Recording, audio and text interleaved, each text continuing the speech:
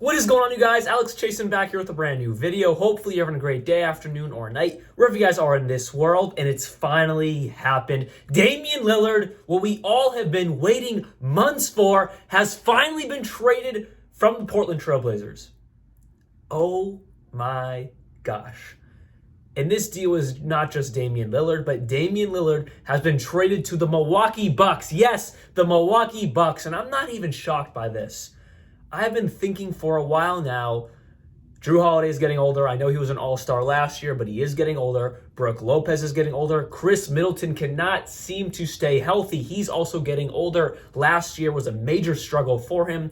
What do? They answer that by bringing in Damian Lillard. Now I know, we all know, I made a whole video on it. My last YouTube video was Damian Lillard is ruining his career by only saying he wants to go to Miami and making it a real pain for the Trailblazers to trade him. And it showed, because what the Trailblazers got back in value, I'll get to that later, it wasn't terrible, but it also wasn't great for getting, stuff back for an asset like Damian Lillard. But with that said, let's start it off talking about where Damian Lillard went, the Milwaukee Bucks. Because yes, they did get better. They traded away Jrue Holiday to the Portland Trailblazers, and they're getting back Damian Lillard. No question, of course, an upgrade, but it still does not answer the questions, like I just said. Middleton, Lopez are getting older. Their bench, getting older. Not as good as it used to be. It does not answer that question. But yes, bringing in Damian Lillard is huge.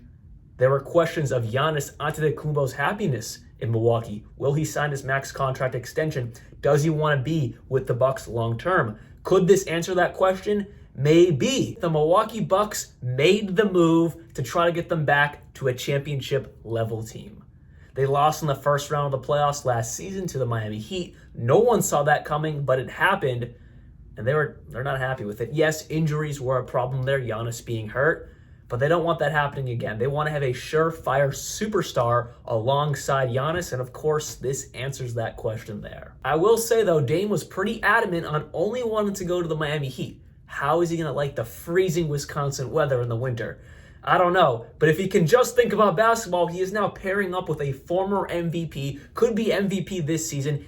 It's the Greek freak, Giannis Antetokounmpo. How can you be mad about that if you're Damian Lillard? You just got from a subpar situation, a team that could never really compete, to a team now that is already championship contenders. There are 3 teams to this trade. So this is not all about Dame, but of course he is 90% of the newsworthiness because we've been waiting for this damn trade to go down for months now. I was so sure that this wasn't going to happen anytime soon. I was like, he's going to sit. It's going to happen by midseason. But no, it's finally here. But there are 2 other teams to this deal. Starting off with, of course, the other half of the Damian Lillard side of things is the Portland Trailblazers. What are they getting back in return? Well, they got back Jrue Holiday, Deandre Ayton. Yes, the Phoenix Suns are the 3rd team in this trade. So Jrue Holiday, DeAndre Ayton, Toumani Camara. I'm going to be honest, I got no clue who that is. 2029 first-round pick from the Bucks and a Bucks pick swap. So I got 2 things. Jrue Holiday does not fit the Portland Trailblazers timeline whatsoever. I expect him to be flipped within the next few minutes or by the trade deadline this season.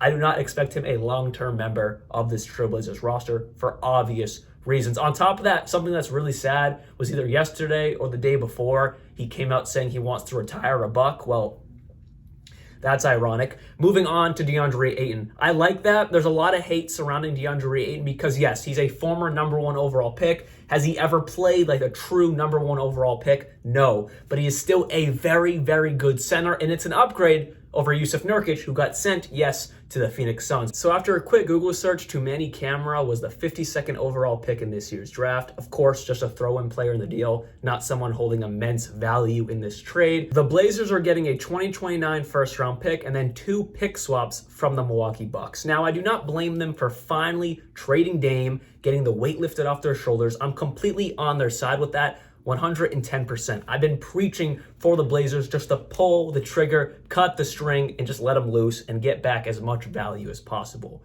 But just 3 first-round picks and then 1 100% your pick, with that being the 2029 first-round pick, is kind of sad. It just shows the value Damian Lillard didn't really have to a lot of teams, or they would have got more picks out of this deal. Now, I will say the 2029 first-round pick from the Milwaukee Bucks should be, or at least could be, very valuable. Because at that point, Dame will be out of the league or very old.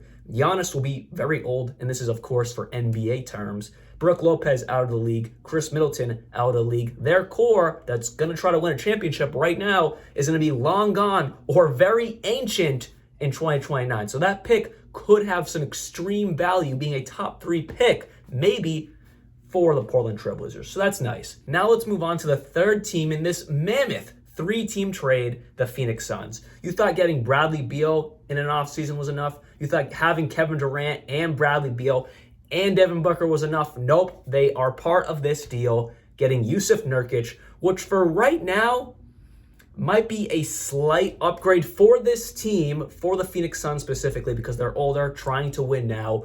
Might be a slight upgrade over Deandre Ayton. I think Deandre Ayton is a better overall player, especially defender, but I think for the right now, it might be better for the Phoenix Suns. On top of that, they get a great defender, Nassir Little, a solid up-and-coming guard. We have to see more from him, Keon Johnson, and then a fantastic role player in Grayson Allen. I love this for the Phoenix Suns. I really love their entire offseason because they proved with the new CBA they could build a sufficient and very effective bench. Now, we have to see it on the court. It has to prove to all of us that it can work. But on paper, they have done all they can, and this adds to it. This bolsters it a ton. They have built a very good bench behind Booker, KD, and Beal. And by bringing in Nassir Little, a fantastic defender, has to become a more efficient offensive scorer, but defensively, he's probably going to start instead of Josh Okogie. In my opinion, I'd probably go that route. But then Grayson Allen, that's now their best bench player. By far, probably, Eric Gordon's great, but defensively and offensively and still relatively young, Grayson Allen adds so much help to this Suns bench. I love it. So with that said, that is all I have for you guys today, and the Damian Lillard trade finally went down. I was starting to become convinced that it was not going to happen for a very long time, by mid-season, a couple months into the season, whatever it was, but it's happened. And I'm so thankful it happened because we've all been waiting for this.